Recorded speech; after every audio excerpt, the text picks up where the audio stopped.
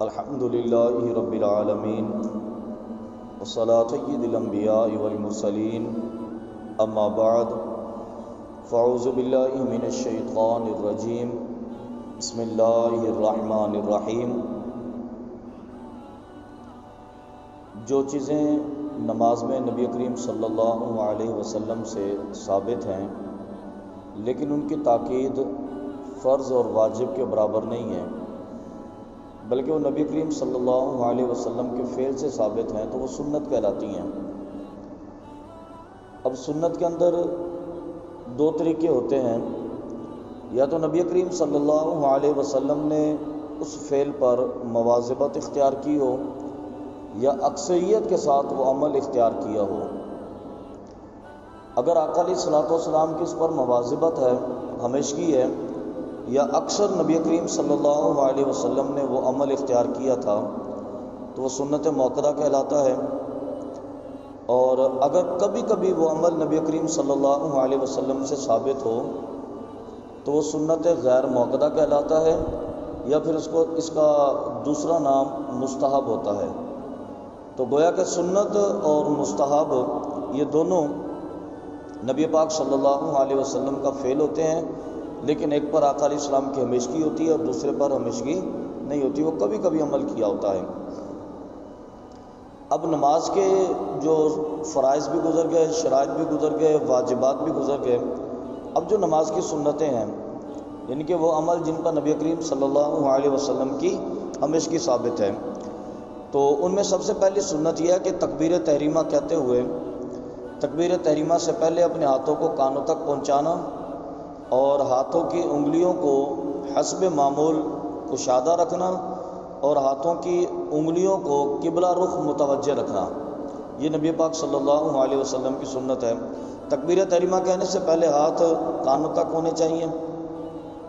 اور دوسرے نمبر پر انگلیاں بالکل ملائی ہوئی بھی نہ ہو اور بالکل کشادہ بھی نہ ہو، حسب معمول جیسے روٹین میں ہاتھ کی انگلیاں ہوتی ہیں ویسے ہونی چاہیے، اور انگلیاں ٹیڑھی بھی نہ ہوں ایسے بھی، اور بند بھی نہیں ہونی چاہیے، بلکہ قبلہ کے رخ، ہر انگلیوں کو کور جو ہے وہ سامنے متوجہ ہو۔ دوسرے نمبر پر ہاتھ ایسے نہیں ہونا چاہیے، تکبیر تحریمہ کہتے ہوئے ہاتھ بالکل سیدھا، یعنی کہ ہر انگلی سمجھ لے کہ آپ کعبہ کی سمت متوجہ ہو، یہ نماز کے اندر نبی پاک صلی اللہ علیہ وسلم کی سنت ہے۔ اچھا، پھر اگلی سنت یہ ہے کہ تکبیر تحریمہ کہتے ہوئے اپنے سر کو جھکانا نہیں چاہیے۔ بعض لوگوں سے دیکھنے میں آیا کہ تکبیر کہتے ہو نا، ایسے اگر سیدھے کھڑے ہیں تو ایسے سر کو جھکا کے تکبیر کہتے ہیں، تو یہ بھی خلاف سنت ہے۔ بالکل سیدھے کھڑے رہیں اور ہاتھ کانوں تک لے کے جائیں، اپنی انگلیوں کو مناسب انداز میں رکھیں اور سر کو بالکل سیدھا رکھتے ہوئے اللہ اکبر کہتے ہوئے اپنے یعنی کہ تکبیر تحریمہ مکمل کریں۔ اس کے بعد ایک سنت یہ ہے کہ ہر ایک رکن سے دوسرے رکن میں منتقل ہوتے ہوئے امام صاحب تکبیر کو بلند آواز سے کہے۔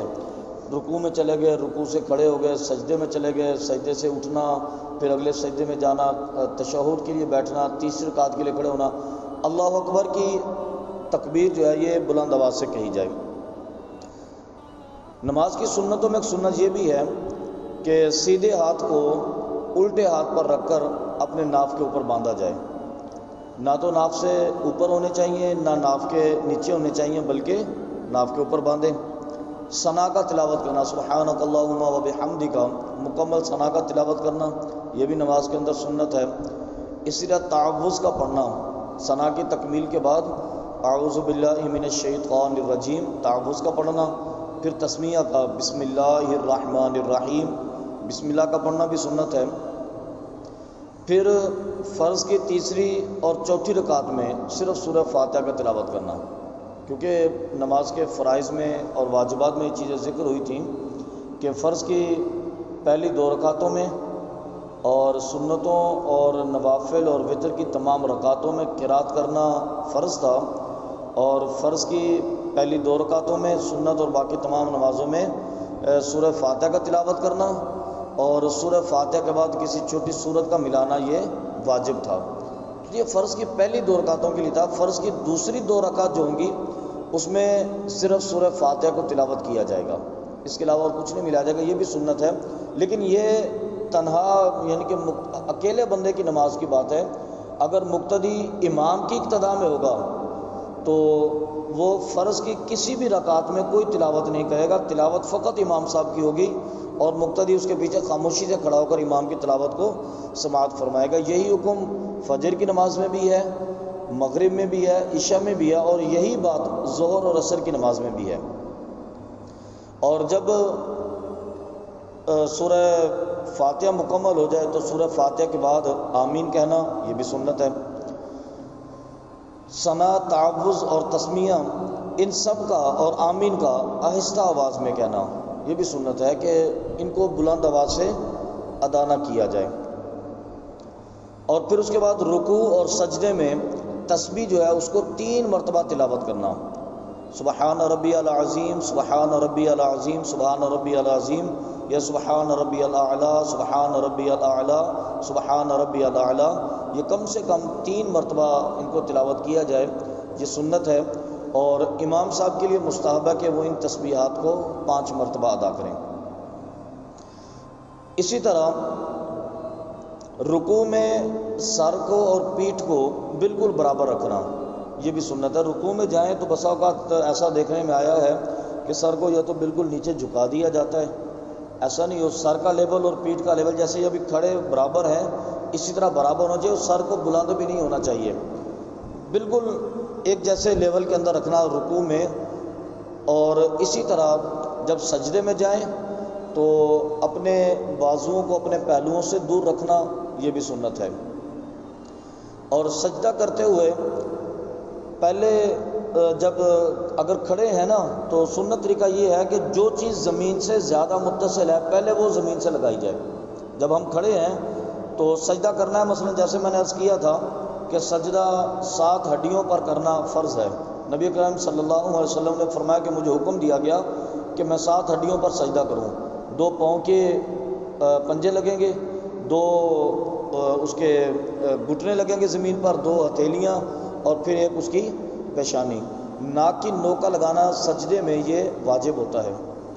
اب جو چیز زمین کے زیادہ قریب ہے وہ پہلے رکھی جائے گی، اور اٹھنے میں یہ ترتیب ہوگی کہ جو چیز زمین سے زیادہ دور ہوگی وہ پہلے اٹھائی جائے گی۔ اب چونکہ قدم ہمارے زمین پر لگے ہوئے ہیں، اس کے بعد پہلی زمین کے زیادہ قریب کیا چیز ہے؟ ہمارے گھٹنے آتے ہیں، تو پہلے زمین پہ گھٹنے لگائیں گے، اس کے بعد زمین کے قریب ہمارے ہاتھ آتے ہیں، پھر ہاتھ لگائے جائیں گے، اس کے بعد زمین کے قریب پھر ہمارا ماتھا آتا ہے تو ماتھا لگایا جائے گا۔ اٹھتے ہوئے اس کے الٹ ہوگا، سب سے پہلے ماتھا اٹھائیں گے، پھر اس کے بعد ہاتھ اٹھائیں گے، اس کے بعد گھٹنے اٹھائیں گے۔ اگر کسی کو کوئی مرض ہے، مثلا گھٹنوں میں درد ہے، اور وہ درد کی وجہ سے اس نے یہ عمل اختیار کیا کہ پہلے اس نے ہاتھ رکھ لیے، ہاتھوں کا سہارا لے کے اس نے نیچے زمین پہ گھٹنے رکھے، اور پھر وہ سجدے کے باقی اعضاء میں گیا، تو پھر تو اس کے لیے اجازت ہے۔ لیکن اگر بالکل صحیح الاعضاء ہے، گھٹنوں میں بھی درد نہیں ہے، کوئی پرابلم بھی نہیں ہے، کوئی مسئلہ بھی نہیں ہے، اس کے باوجود اگر اس نے پہلے زمین پہ ہاتھ رکھے پھر اس کے بعد اس نے گھٹنے رکھے تو اس نے سنت کا ترک کیا، تو سنت کے ترک کرنے کی وجہ سے اس کے ثواب میں کمی واقع ہو جائے گی۔ اسی طرح جلسے میں اور قعدہ میں جب زمین پر بیٹھیں تو اپنا الٹا پاؤں یعنی کہ بایاں پاؤں زمین پر بچھایا جائے، اس کے اوپر بیٹھا جائے، اور دائیں پاؤں کو کھڑا رکھا جائے، اور اس کی انگلیوں کو قبلہ کی سمت متوجہ رکھا جائے، یعنی کہ اگر پاؤں اس طرح کھڑا ہے تو اس کی انگلیاں اس طرح ہونی چاہیے۔ بسا اوقات اگر انگلیاں یوں لٹا لی گئی زمین پر اور انگلیوں کی پشت یعنی کہ اوپر کا حصہ جو ہے وہ اگر زمین سے ٹکراتا رہا تو یہ خلاف سنت ہے۔ ہاں اگر پاؤں میں درد ہے، کوئی اذیت ہے، کوئی تکلیف ہے تو اس کی وجہ سے اس بندے کو اجازت دی جا سکتی ہے، سنت کے ترک کرنے میں گناہ نہیں ہوگا۔ تشہد پڑھتے ہوئے اشہد ان لا الہ الا اللہ پر انگلی شہادت کی انگلی کے ساتھ شہادت کی گواہی دی جاتی ہے۔ اس میں سنت طریقہ یہ ہے کہ اشہد اللہ، اس کے اوپر انگلی، اللہ الہ پر انگلی کھڑی کی جائے اور الا اللہ پر انگلی کو گرا دیا جائے، اور انگلی کو گراتے پھر ہتھیلی کو کھول کے رکھا جائے، اسی پرانی حالت میں نہ رکھا جائے۔ طریقہ کار اس کا یہ ہے کہ اس درمیان والی انگلی کے ساتھ اور انگوٹھے کے ساتھ حلقہ بنایا جائے، اور ان 2 انگلیوں کو ہتھیلی کے ساتھ ملا دیا جائے اور اس انگلی کے ساتھ شہادت قائم کی جائے۔ ایسے ہاتھ اگر ہوگا اشہد ان لا الہ الا اللہ، الا اللہ پر انگلی کو گرا دیا جائے گا، یہ سنت ہے۔ پھر اسی طرح قعدہ خیرہ میں تشہد کے بعد درود ابراہیمی کا تلاوت کرنا یہ بھی سنت ہے، اور درود ابراہیمی کے بعد دعا کا تلاوت کرنا یہ بھی سنت ہے۔ دعا جو ہے وہ کوئی بھی جو قرآن و حدیث کے اندر موجود ہے اس کے بعد پڑھی جا سکتی ہے، یہ اس کے مستحبات کے اندر مسائل ہیں۔ تو یہ نماز کی سنتیں تھیں جو آپ کے سامنے بتائی گئی ہیں۔ نماز کی سنتوں کا حکم یہ ہے کہ اگر کوئی مجبوری نہ ہو، بلا وجہ یا بلا عذر اگر چھوڑ دیا تو نماز کے ثواب میں کمی ہوگی، اور اگر کسی مجبوری کی وجہ سے ترک کیا، کوئی پریشانی تھی یا کوئی بیماری تھی، کوئی سنت اگر ترک کر دی گئی تو پھر اللہ رب العالمین کی بارگاہ سے امید رکھی جائے، اللہ رب العالمین کی بارگاہ سے دعا کی جائے کہ اللہ رب العالمین ہمارے اجر کو مکمل رکھے، اور اللہ تعالی ہماری نمازوں کو اپنی بارگاہ میں قبول فرمائے۔ اللہ تعالی ہمیں دارین کی سعادت عطا فرمائے۔ آمین آمین، وما علینا الا البلاغ المبین۔